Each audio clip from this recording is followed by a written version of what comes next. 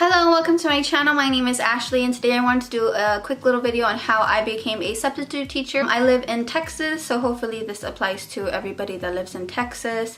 And if it does not apply to you, maybe you can just follow some of these steps so that way you can kind of sort of have like a guide as to what to do so you can become a substitute teacher. First things first, I would recommend to call the district that you are planning to apply to and just ask them what are their requirements, because every single district is different. I know at my district you have to have graduated from high school or have your GED, but now they have a new requirement. They want the substitutes to have some college hours. What my district that I'm working for is doing now, if you have your GED or your high school diploma, they require for you to take a test, and so you have to pass that test in order to continue being a substitute teacher. I know another district that is nearby, they require for you to either have your teaching license or have been a teacher before. So the next thing you will need is your substitute certification. I know every single district requires it. It is super easy. I feel like a lot of people think this is like the hard part and it's very time consuming, but it's not. All you have to do is call or check online at your local community college or at a university, and they offer classes to get certified as a substitute teacher.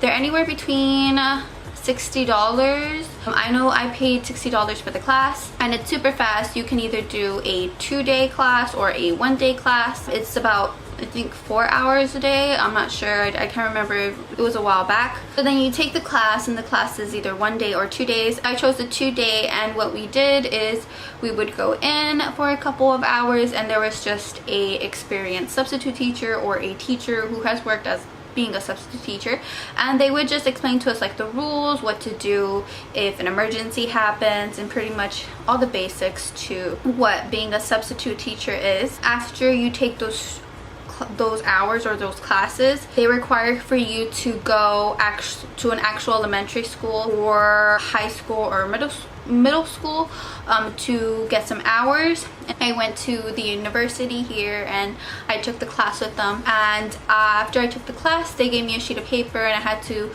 pretty much just kind of like watch a teacher teach a class and see how she or he was controlling the class, how she was teaching, and pretty much just get like a feel of how it's going to be.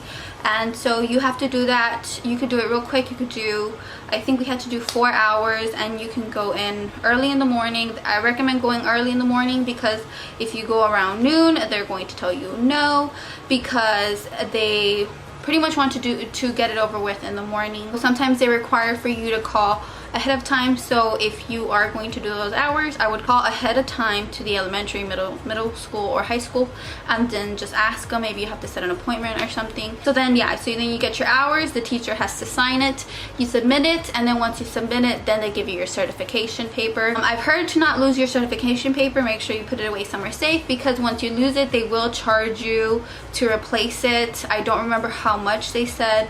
I do remember it being kind of pricey. So then once you get your certification, go to the human resource department and you ask for an application. You could either take it home and do it at home, or you can also do it there in the office. I did it there in the office, and the lady was so nice. She took it, and I got a call within a month later. So after they called me, I had to go to an orientation, and pretty much in that orientation they just talked about we're there to teach and we're not there to babysit. They also talk about what to do if a child reports something to you, or tells you something in confidence, because kids tend to have a lot of confidence with the subs. They also tell you like what to do if a child tells you that they don't have any food at home, or they have problems happening at home, and so they give you a bunch of numbers for you to call just in case that happens, what to do if there's an emergency. And they also talk about some of the little benefits that they offer. So when you become a substitute teacher, every single district's different. I know there's districts out there that they require for you to go a certain amount of days throughout the month,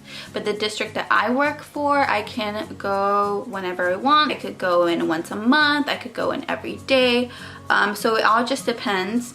They do give you an account on, they have some type of system where a machine calls out to you. So it's not really like the receptionist at the elementary schools trying to find subs. It's more of the machine. And so when it calls you, it's pretty much just saying that, you know, so-and-so teacher needs a sub for so-and-so day from this time. You can either accept it or decline it, and it does not affect you. They pretty much just call you whenever they need a sub. I know at the beginning, when the school year is about to begin, I actually don't get any calls. So for the month of August and September, and even maybe half of October or October, I don't get any calls. Mostly because it's the beginning of the school year, so everybody is going. January through May is where I do get more calls, especially May. When I first started subbing, I think I was 18. No, I think I was 19.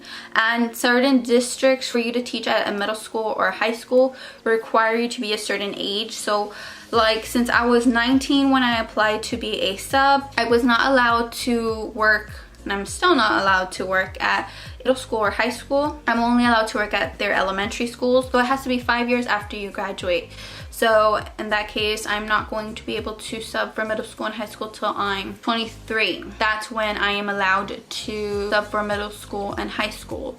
Another thing is that when you apply to be a sub, they also give you this kind of paper, and you mark off the grades that you want to sub for. And so let's say you don't want to sub for pre-K, kinder, and maybe even first.